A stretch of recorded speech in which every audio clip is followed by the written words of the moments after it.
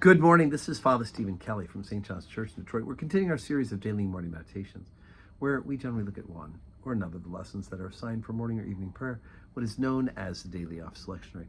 Today for Monday, let's take a look at the first lesson at morning prayer. It's a long one, but it's a very important one. It's the story of Joseph. Genesis chapter 37, beginning at verse number 3. Now Israel loved Joseph more than all of his children, because he was the son of his old age, and he made him a coat of many colors.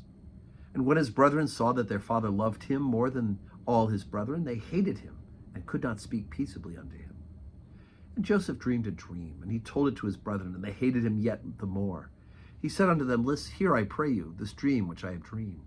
For behold, we were binding sheaves in the field, and lo, my sheaf arose, and also stood upright, and behold, your sheaves stood round about, and made obeisance to my sheaf. And his brethren said unto him, Shalt thou indeed reign over us, or shalt thou indeed have dominion over us? And they hated him yet the more for his dreams and for his words. And he dreamed yet another dream, and told it to his brethren, and said, Behold, I have dreamed a dream more, and behold, the sun and the moon and the 11 stars made obeisance unto me.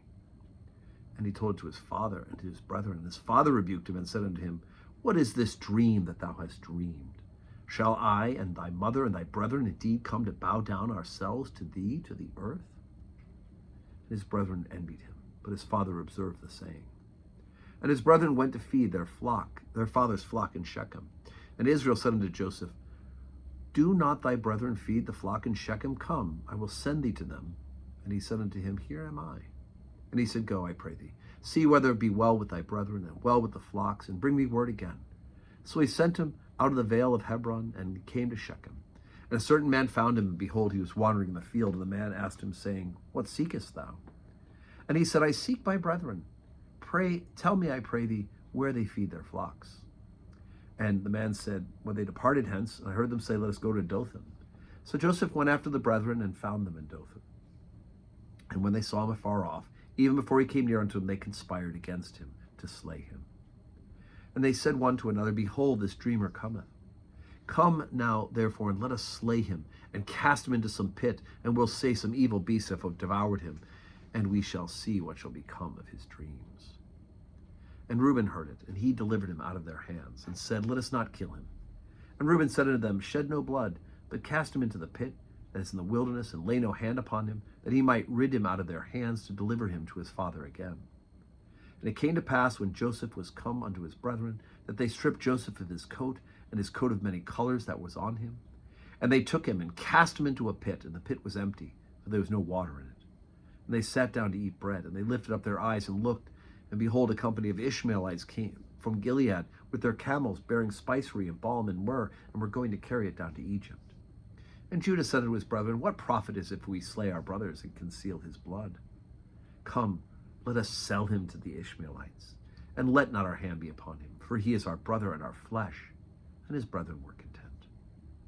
Then there passed by Midianite merchantmen, and they drew him and lifted up Joseph out of the pit, and sold Joseph to the Ishmaelites for 20 pieces of silver. And they brought Joseph into Egypt. And the Midianites sold him into Egypt to Potiphar, the officer of Pharaoh's, and the captain of the guard. Okay, so 20 pieces of silver sound familiar, right? Somebody else that was sold for that? Jesus himself, of course, by Judas. But this whole story, of course, is a buildup of how God is actually going to save the people of Israel, right? The 12 tribes of Israel, by having Joseph be taken as a slave to Egypt, right? We're going to know the story. We'll deal with it in the next couple of days. But in the end, it is going to be through this that God is going to save the people of Israel. They will, in fact, bow down and worship him. Pay obeisance to him, because he will be Pharaoh's right-hand man eventually. The iron has entered even into his soul, as the expression will come up. And so it is important for us to realize that God is working out a plan, even though it seems evil and destructive at this point. A side note, Reuben, of course, part of the reason why Reuben was anxious to save Joseph is because Reuben and Joseph have the same mother, right? Abraham had children with 4 women, and Reuben is the other child of the same mother. So there it is. So today is Monday, 12:15 Holy Communion, 4 o'clock evening prayer, hopefully back to our regular schedule.